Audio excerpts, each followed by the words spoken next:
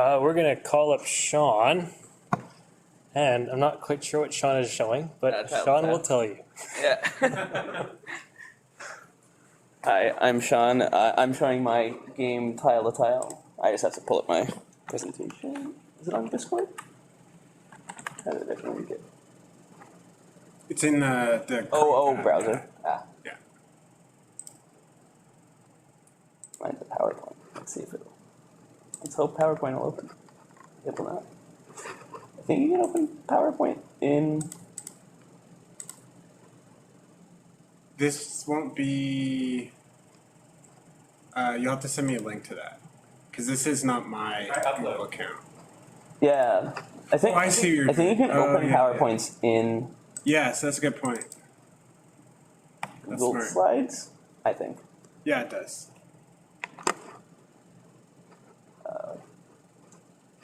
I don't know if that actually did anything. Try clicking up on the pop-up box. Oh, here? Is that? Yeah, maybe. Try it. Hey! Hey. How do I full screen? I haven't actually really used A slideshow in the top right. And then. There we are. I haven't used Google Slides.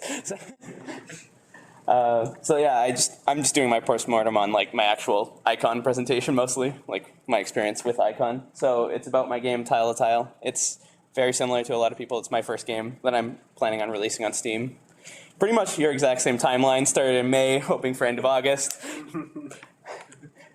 So I just wanted to cover what is Tile to Tile. It's an action platformer where the longer you're moving, the faster you go. So it has like inspiration from like CS:GO surfing, if you're familiar to that, and it's also kind of similar to like games like Cluster Truck. So it features 3 different game modes where you can go from like a level select mode where you can just keep on playing one level over and over again. A set mode, which is like if you ever played like Mario Kart, where you can choose like this is the course that I'm playing, and then you have like the 4 levels. Mine, it's like you can play a set of 10 different levels, and then a gauntlet mode where you can play the entire game in a single run. And what's the point of all that? It features online leaderboards as well, so you can compare your best times against everyone's global times. I have like little skips that people can do, and just ways that they can shave off a small amount of time on each run through. So that's an example of like the leaderboard that's in the game currently. And then, so during my time on the first day of the convention, it was really useful because I was able to get like a wider audience of people to play my game than I usually am able to, because usually I just can send it off to friends, but most of the people I know also make games, so it's not exactly the widest array of people.